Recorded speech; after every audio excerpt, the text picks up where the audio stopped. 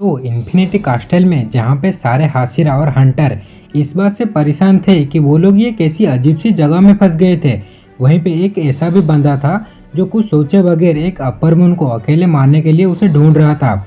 उस upper moon से आ रही थोड़ी सी आवाज़ को वो फॉलो करते हुए आगे बढ़ रहा था और ये कोई और नहीं बल्कि जेनिसु आगात्सुमा था, यानी हमारा थंडर गॉड। पर ये वाला जेनिसु पिछले जेनिसु से काफ़ी अलग हो चुका था। जहाँ पे पिछले वाला जेनिसु एक डीमन के नाम सुनते ही रोने लग जाता था, वहीं पे ये वाला जेनिसु एक अपर मून को मारने के लिए सबसे आगे भाग रहा था, क्योंकि वो नहीं चाहता था कि इस अपर मून को कोई और हाशिरा मार दे। और वो अपर मून था काइगाकू, जो नया अपर मून 6 बना था। और इस फाइट के बाद जेनिसु योरिची को भी पीछे छोड़ देता है। हाँ, हमारा थंडर गॉड योरिची को भी किसी चीज़ में पीछे छोड़ देता है और इस चीज़ को हम वीडियो के एंड में जानेंगे। तो अब बिना देरी के वीडियो को शुरू करते हैं।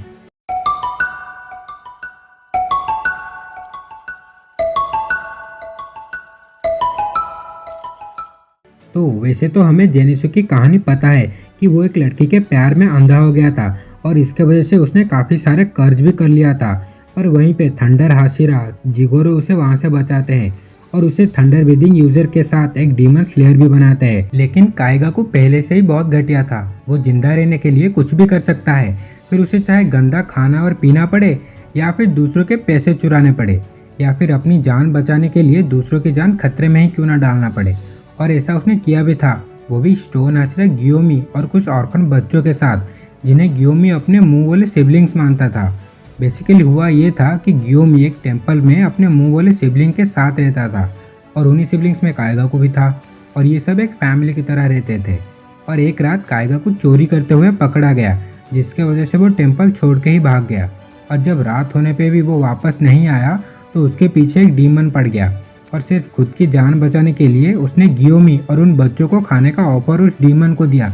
और ना सिर्फ काइगाकू टेम्पल का पता बताता, बल्कि गियोमी जो विस्टेरिया फ्लावर्स का जलाता था ताकि टेम्पल से दूर रहे डीमंस, वो उसे भी बुझा देता है, जैसे कि वो डीमन आसानी से उस टेम्पल में एंटर कर सके। जिनमें से 4 बच्चों को डीमन वहीं पे मार देता है और 3 बच्चे गियोमी के मना करने के बाद भी उससे दूर भाग जाते हैं और फिर डीमन उनको भी मार देता है। लेकिन एक जो उनमें से सबसे छोटी थी, वो गियोमी की बात मान के उसके पीछे छुप जाती है और गियोमी किसी भी हालत में उसे बचाना चाहता था। इसलिए गियोमी उस डीमन को रात से दिन तक घूसे ही मारता रहा जब तक सनराइज ना हो गया और वो डीमन डिसअपियर ना हो गया। लेकिन इसके बाद पता नहीं कैसे काइगाकू जिगोरो का स्टूडेंट बन जाता है। इनफैक्ट वो थंडर ब्रीदिंग में जेनिसु से काफ़ी अच्छा भी होता है और वो तांजीरो उइनोसु के कानों से भी बहुत ज़्यादा स्ट्रांग होता है। वो ऑलमोस्ट एक पिलर बन चुका था, पर उसे पिलर बनने के लिए एक लोअर मून या फिर 50 डीमन मारने पड़ेंगे, इसलिए वो लोअर मून्स को मारने के लिए निकल पड़ता है। पर तब तक मुजान ने सारे लोअर मून्स को मार दिया था, इसीलिए उसका सामना अपर मून फर्स्ट कोकुशिबो से होता है, जिसके सामने वो अपनी ज़िंदगी की भीख मांगता है। लेकिन कोकुशिबो एक शर्त पे छोड़ने को बोलता है कि वो एक डीमन बन जाए और उसका साथी बन जाए, क्योंकि वो भी एक ब्रीदिंग यूजर डीमन है। और कोकुशिबो अपना खून भी देता है काइगाकू को और कांपते हुए वो उस ब्लड को पी लेता है और जिन डीमंस को वो खुद मारता था, अब उन्हीं में से एक वो भी बन जाता है। और जब तांजीरो, इनोसुके और जेनिसु सारे हाशिरा से ट्रेनिंग ऑलमोस्ट कंप्लीट कर चुके थे, तभी जेनिसु के पास एक लेटर आता है और जिसे पढ़ने के बाद जेनिसु काफ़ी सीरियस हो जाता है और सही में बंदे की पर्सनालिटी, मेंटालिटी सब चेंज हो जाती है। और उस लेटर में क्या था वो हम आगे वीडियो में जानेंगे। लेकिन फिलहाल जब ये दोनों एक दूसरे से मिलते हैं, जैसा काइगाकू हमेशा जेनिसु की बेइज्जती करता था, यहाँ पर भी वो सेम चीज़ ही करता है, जेनिसु को वीक बोलते हुए, क्योंकि जेनिसु थंडर ब्रीदिंग का सिर्फ फर्स्ट फॉर्म ही यूज़ करना जानता है। लेकिन पहली बार जेनिसु काइगाकू को जवाब देता है सबसे नीचे और कमज़ोर अपर मून बोलते हुए, जिसे सुनकर काइगाकू भी शॉक, क्योंकि अब तुम भैया जवाब भी दे सकते हो अपने सीनियर को उल्टा। और फिर जेनिसु और भी सीरियस होते हुए ये बोलता है कि आखिर क्यों एक राइटफुल थंडर ब्रीदिंग सक्सेसर होते हुए भी वो एक डीमन क्यों बना। फिर और भी ज़्यादा चिल्लाते हुए कहता है कि अगर तुम एक डीमन नहीं बनते तो अभी भी उनके मास्टर जिंदा होते और उनको सुसाइड करने की भी ज़रूरत नहीं पड़ती। और इसी चीज़ का वो लेटर था जो जेनिसु को मिला था कि जिगोरो ने सुसाइड कर दिया है। और ये सब के पीछे डीमन स्लेयर कॉर्प्स के रूल्स थे, क्योंकि जिगोरो एक फॉर्मर हाशिरा है और अगर उनका स्टूडेंट डीमन बनेगा तो सज़ा तो उनको भी भुगतनी पड़ेगी ना। पर जेनित्सु को सबसे ज़्यादा दुख इस बात का था कि कोई उनका गला काटने भी नहीं आया ताकि वो बिना पेन के मर सके। और उन्होंने चाकू से खुद को मारा, जिसके वजह से उन्हें काफ़ी पेनफुल डेथ का सामना करना पड़ा। और इस सब का रीज़न काइगाकू खुद था, क्योंकि वो एक डीमन बन गया। पर इससे काइगाकू को बिल्कुल भी फर्क नहीं पड़ रहा था। उल्टा बंदा हंसते हुए मजाक उड़ाता है और कहता है कि अगर ऐसा हुआ भी है तो इसका मैं क्या करूं, क्योंकि मैं बैठ के नहीं रोने वाला उस बुड्ढे के लिए, क्योंकि मेरे इतने हार्ड वर्क करने के बाद भी उसने मुझे अपना सक्सेसर नहीं बनाया और तुझ जैसे एक कीड़े के साथ सक्सेसर शेयर करने को बोल रहा था।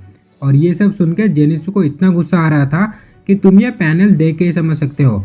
और गुस्से में जेनिसु ये भी कहता है कि अगर मैं डर्ट हूँ तो तुम गार्बेज हो, क्योंकि मैं सिर्फ फर्स्ट फॉर्म ही यूज़ कर सकता हूँ और तुम सारे फॉर्म यूज़ कर सकते हो सिवाय फर्स्ट फॉर्म के। फिर जेनिसु कहता है कि मेरे मास्टर भी बहुत अनलकी थे, क्योंकि उन्हें तुम्हारे जैसा एक स्टूडेंट मिला।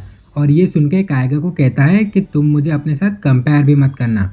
और ये बोल के वो थंडर ब्रीदिंग का फोर्थ फॉर्म यूज़ करता है, लेकिन इसका जेनिसु पे कोई भी असर नहीं पड़ता। बड़ी आसानी से ही वो डॉज कर लेता है। इनफैक्ट वो काइगाकू पे काउंटर अटैक भी कर चुका था, जिसको रियलाइज काइगाकू को थोड़ी देर में होता है। और फिर जेनिसु बड़े ही बैडास मूड में कहता है कि टू स्लो ट्रैश। पर काइगाकू को ये सब विश्वास ही नहीं हो रहा था कि ये वही जेनिसु है। फिर काइगाकू बहुत गुस्सा हो जाता है, क्योंकि जेनिसु जैसा एक बंदा जो किसी भी काम का नहीं था वो उसे डैमेज दे रहा था।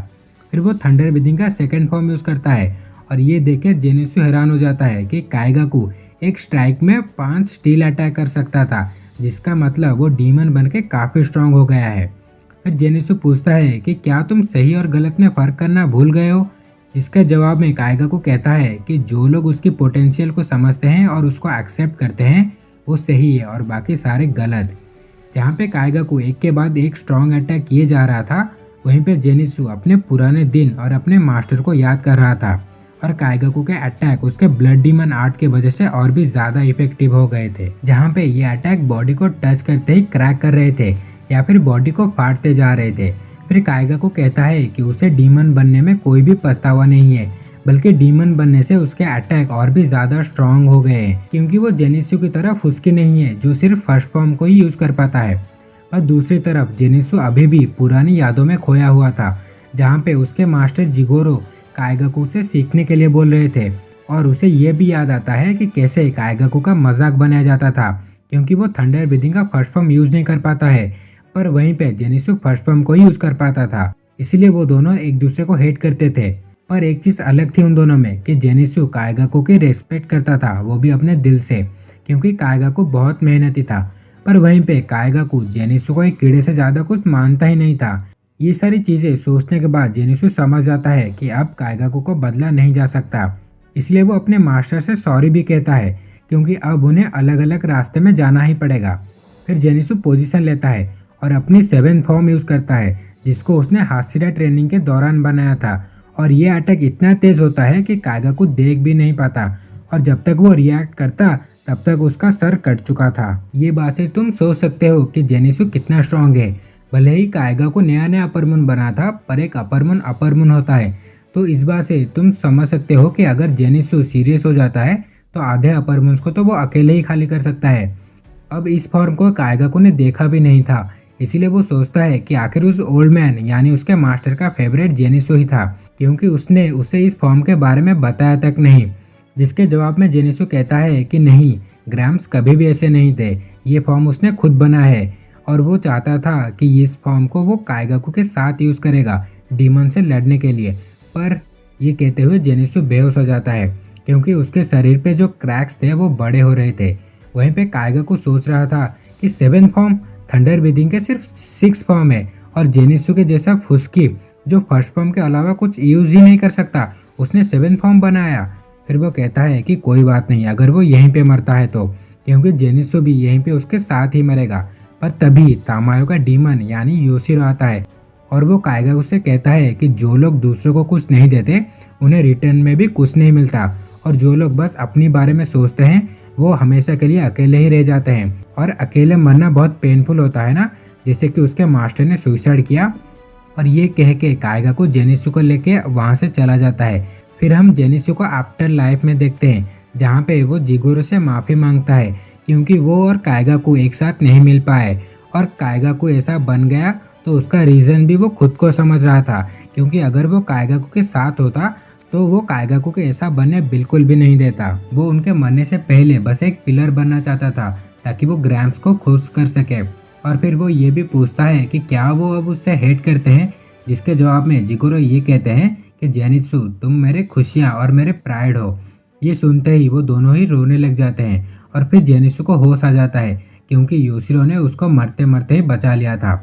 और इसी के साथ ये कहानी यहीं पे ख़त्म हो जाती है। पर जेनित्सु आगे भी मुजान से लड़ने वाला है और सिर्फ उतना ही नहीं, वो मुजान के साथ साथ सारे पिलर्स को भी हैरान करने वाला था।